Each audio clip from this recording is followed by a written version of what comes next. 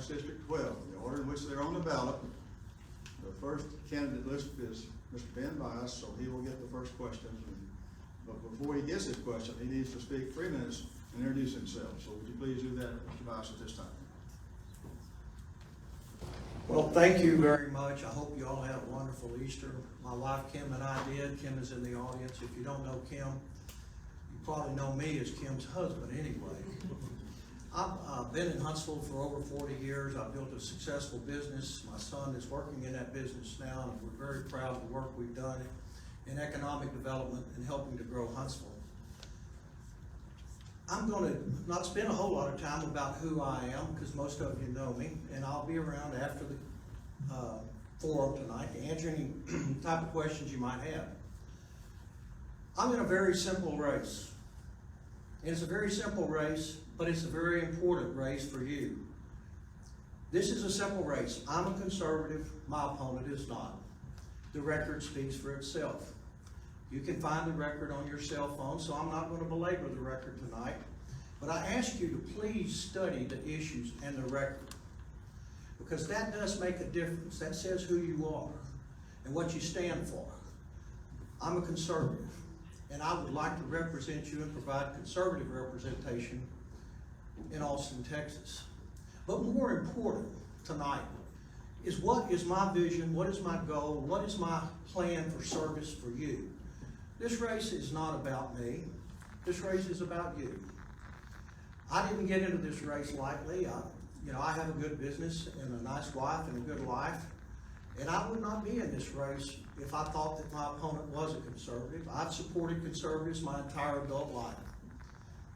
When asked 25 years ago if I would run one more time by Speaker Craddock, I said, Mr. Speaker, I cannot win in Deep East Texas. But if you'd put me in with Grimes in Washington County and those areas over there that I feel like I can better represent, I would run one more time. He said, well, that'll put you in competition with Lois Colthorst. I said, Mr. Speaker, as soon as I hang up, I'm writing Lois a check for $2,500. That was the best money I ever spent. She was a great representative. Now, here we are, and this race gives you the most amount of power with your vote that we've had in modern history. We've got 2 great county judge candidates. We've got this race between Mr. Cassell and I. And what you decide on May the 24th will determine the future of this community. And I believe that we can have a very bright future. We can make Huntsville and Walker County and this entire district the envy of Texas. This district is not purple. This district is not blue. The heart of Texas beats bright red. And if we work together, I am certain that truth in Texas will prevail. And so I'm asking you to vote for me, study the issues, make an informed vote, and we'll be happy with that. Thank y'all.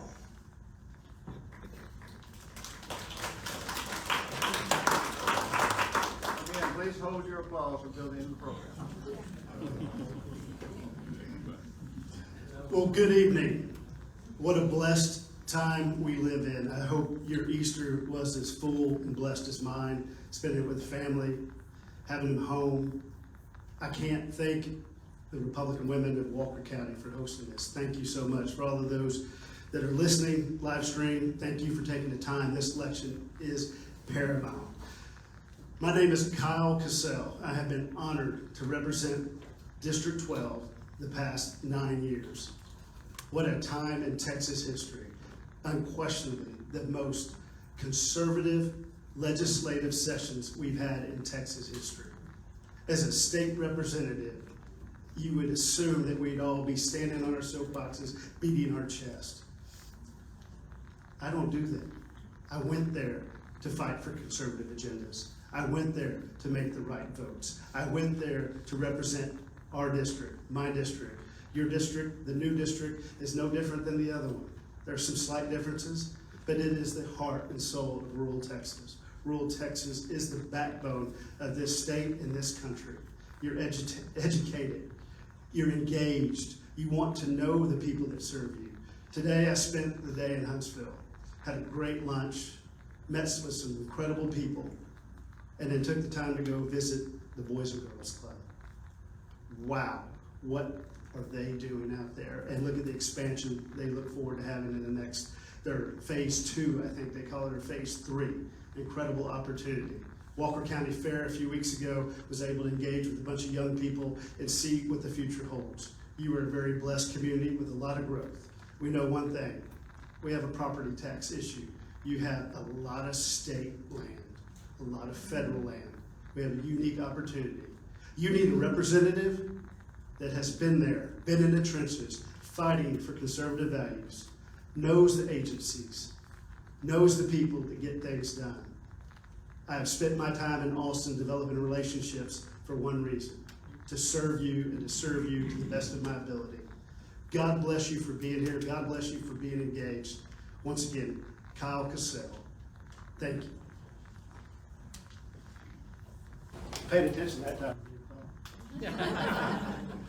Thank you. The first question tonight goes to Mr. Ben Baez. He talks first. Talk to us about your views on border security. 3 minutes. My views in 3 minutes. Well, if you would appoint me king, I'll close that border tomorrow afternoon. Unfortunately, that's not the case. I have one bill that I would like to see. You know, we live in the capital of law and order. And today, there's enough fentanyl crossing the border to kill every American. Lois Kokos and I talked about this a month or so ago. Don Kramer, our judge who you knew, and I went to our president, Gatner, years ago, and Don pointed out that it takes 2 years to get evidence tested so that the district attorneys and the law enforcement can make a case against drug traffickers. Dr. Gatner got on the phone. A few years later, we had the finest forensics lab in America. I may be biased, but that's okay.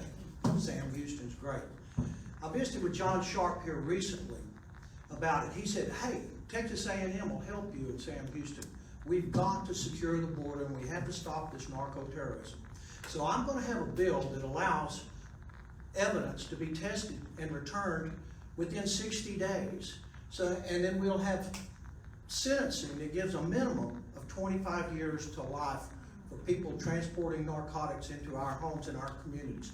Ladies and gentlemen, we've had biological warfare, we've had chemical warfare now, and our border is being overrun.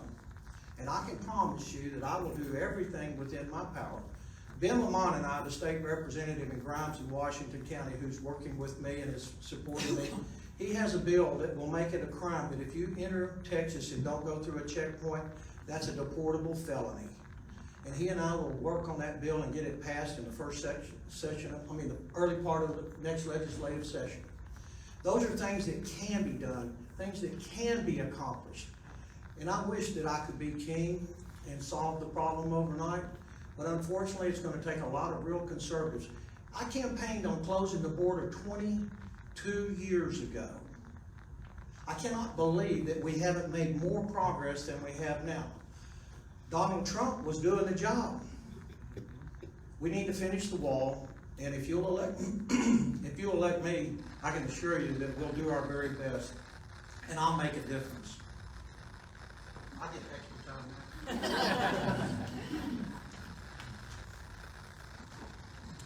Good evening again. Border security, undoubtedly one of the most important issues in the state of Texas and this country. Since 2013, I've had the opportunity to vote and fund our border security. Had the opportunity to work under 3 different presidents, and let me tell you what, it's night and day. Donald J. Trump shut the border down, and we were able to help. But we're at an impasse again. The border is wide open. We have to send Texans, men and women, DPS officers, 2 weeks on, 1 week off. They are stressed. They have different rules of engagement. It's very tough. The Border Patrol is not helpful. We have to rely on Texans. We started at $800 billion a biennial, now we're at $3 billion. I will continue to vote to protect this state, protect the men and women that protect us and go down there. If you've been on the road lately, does it give you pause and concern when you're driving down the highway and you do not see a state trooper? It's because they're on the border. I've met with all 6 sheriffs. They're understaffed. They don't have their partners in DPS. The border is our utmost priority. It always will be, and we will continue to vote and fund the cause until we have a new president. And let me be very clear now. I do not want to be your king. I want to be your servant and your representative. I work for the people in the district. I serve you, and I'm looking out there and I see the mayor and I see 2 county judge candidates. That is the team we work for to make your life better and secure. God bless.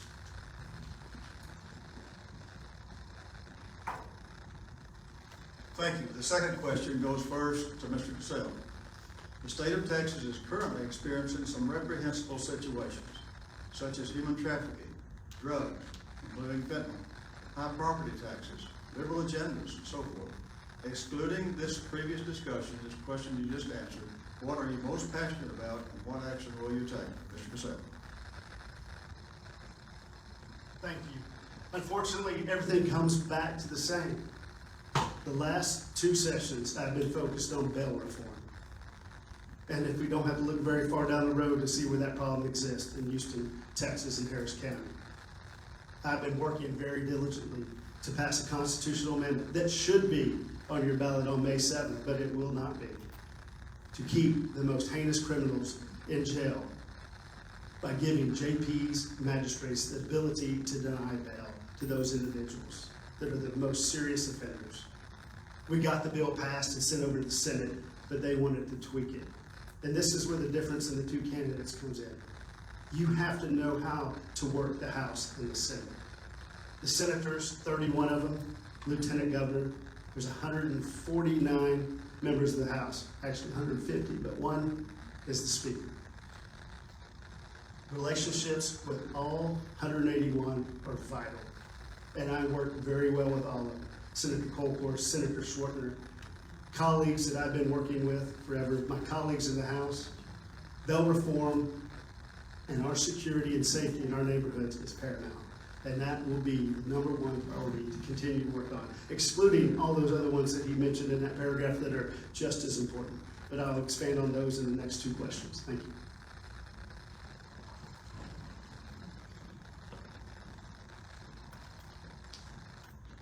I talked about fentanyl and narcotics trafficking, and to me, that's a clear and present danger, but we're going to exclude that.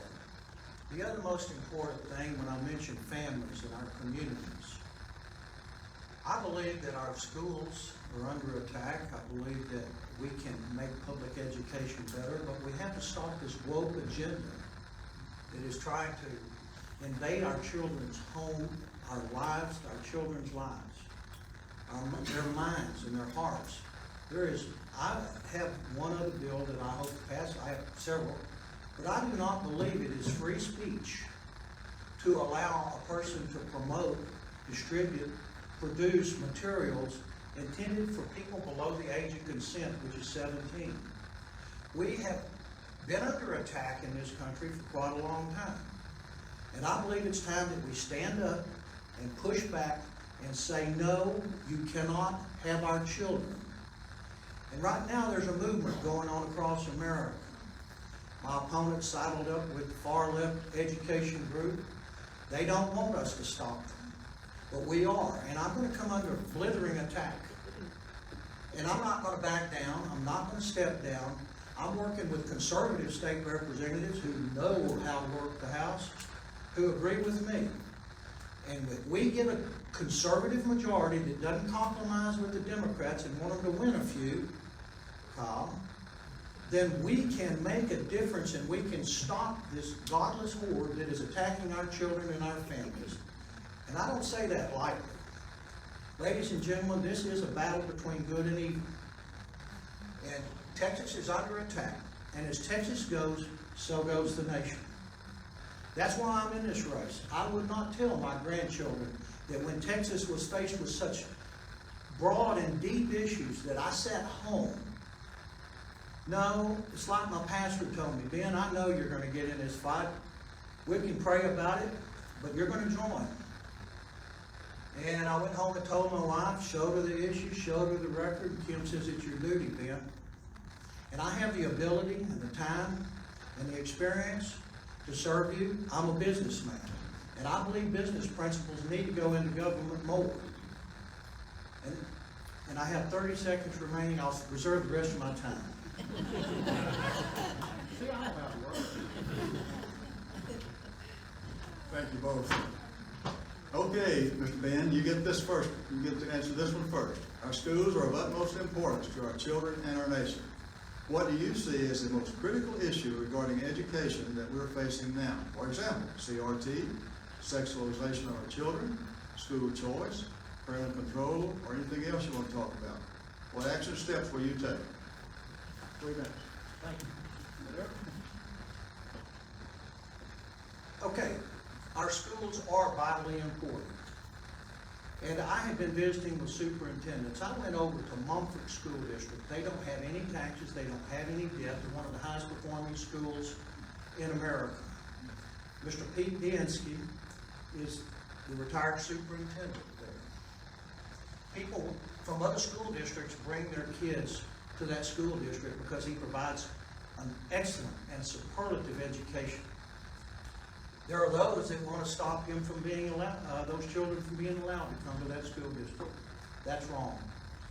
No child should be trapped in a failing school district. So I support school choice. And that's going to be a huge issue. But also, we need to make our public schools where they're able to compete.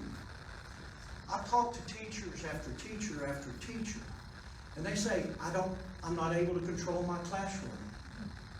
I've talked to principals and superintendents and said the state and federal mandates imposed upon our education system are robbing us of our teachers' time and our ability to deliver the education.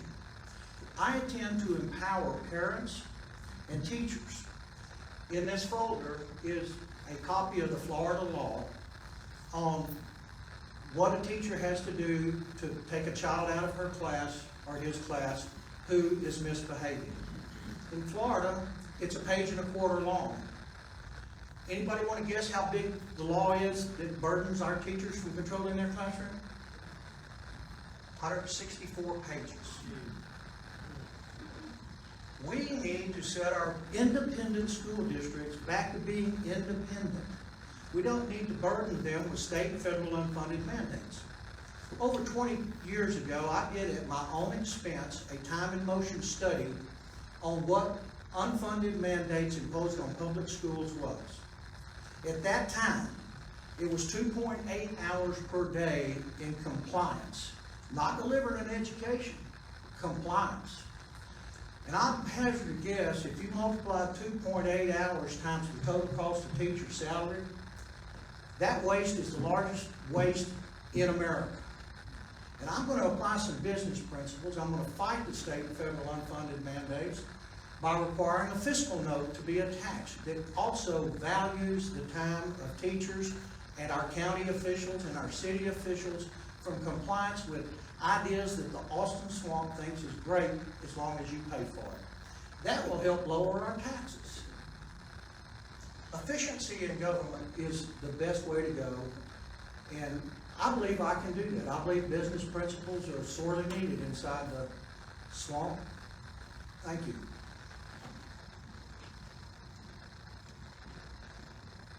Texas public schools. In the legislature, we have 2 jobs: balance budget and provide the best public education we can.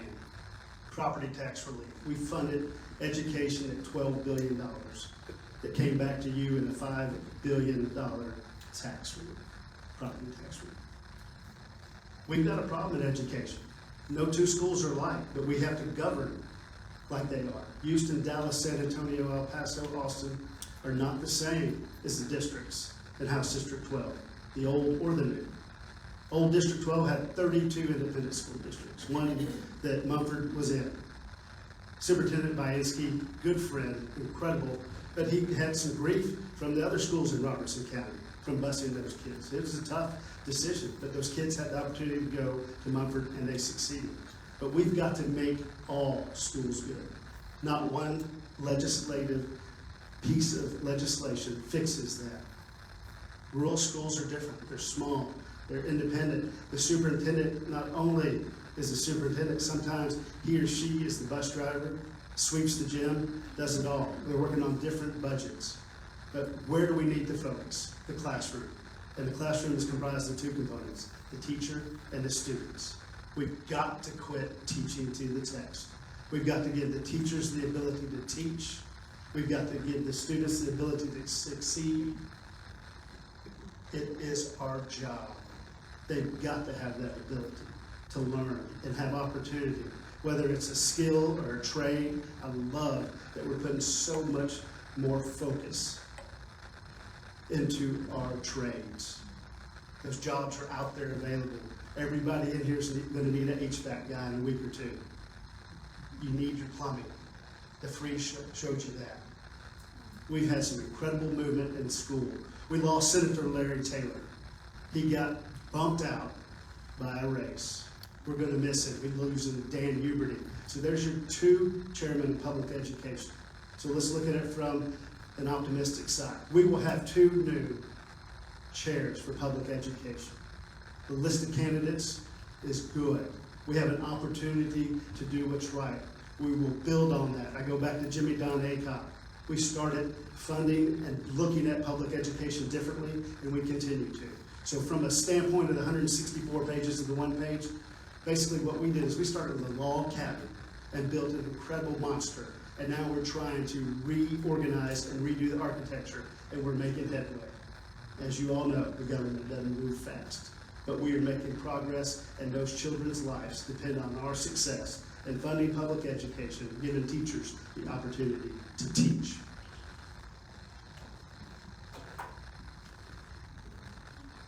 Thanks to both of you for your answers tonight. We appreciate it. And now you have 3 minutes to summarize why we should vote for you. Mr. Cassell, you go first.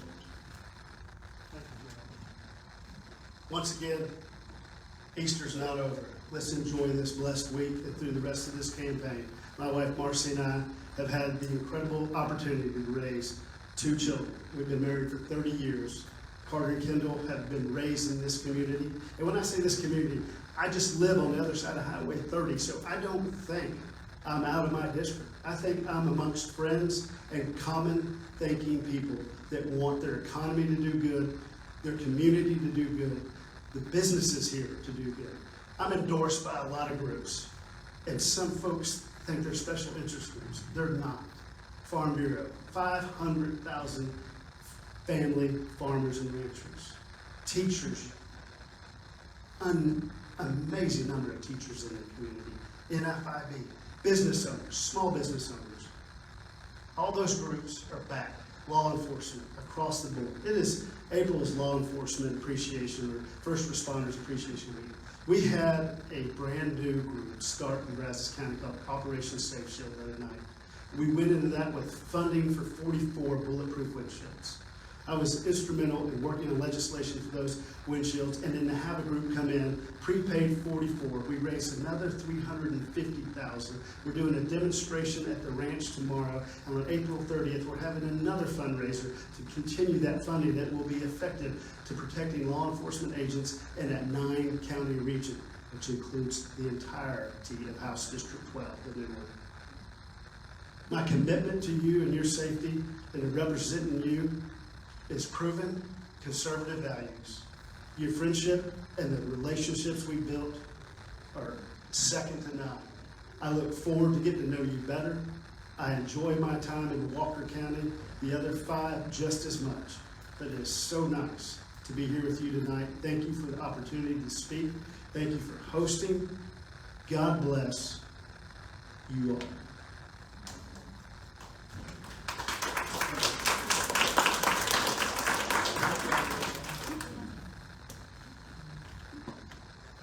Well, I'm really honored to be before you tonight, and I think the main thing that I want to do is I don't want to spend any time about the differences anymore between us, but there are differences, major differences in attitude, things we can get done.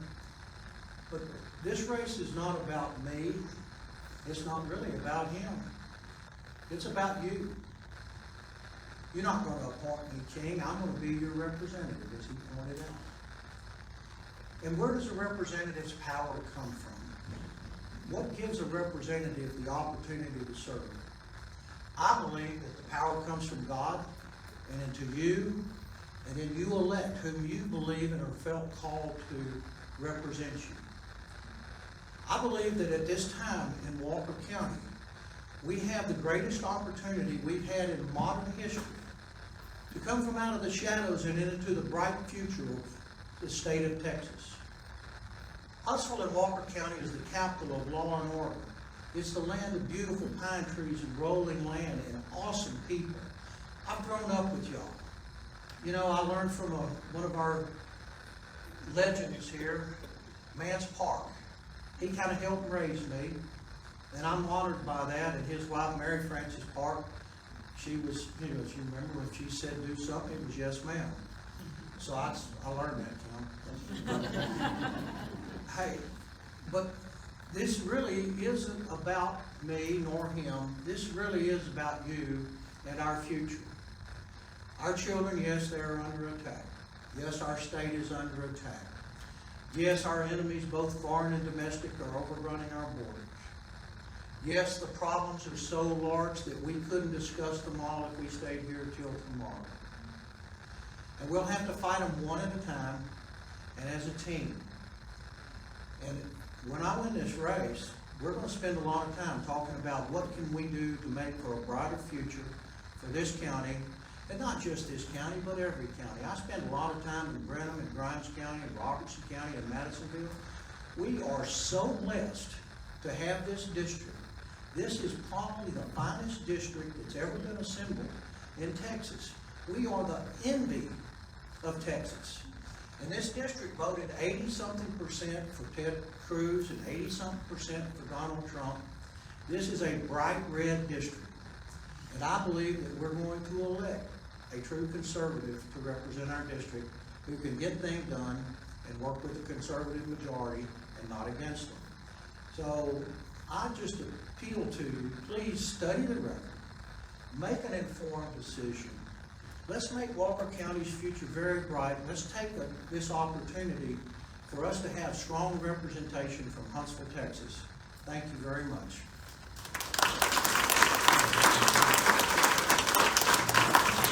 Okay, let's give them a good round of applause.